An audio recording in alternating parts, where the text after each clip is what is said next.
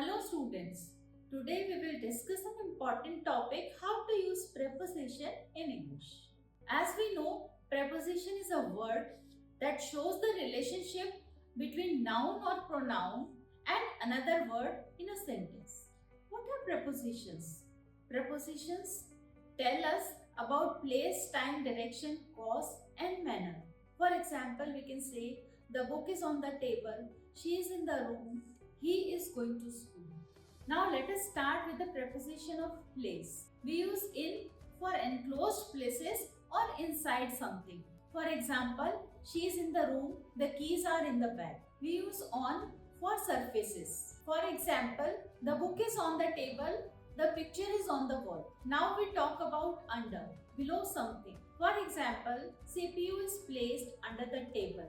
The cat is under the table. Preposition of time. Prepositions are also used to show time.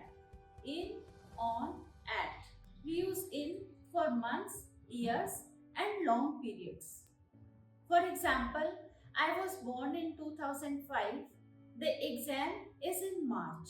Now coming to on. We use on for days and dates. For example, the meeting is on Monday. The birthday is on 5th July. Now if we talk about at, it is used for exact time. For example, the class starts at 10 a.m. He wakes up at 6 o'clock.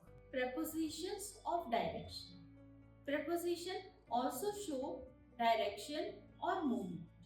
For example, to, towards a place, into, movement inside and across from one side to another.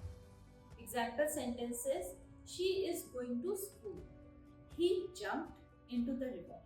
He swam across the river. So students, today we learned how to use prepositions in English in a very easy way.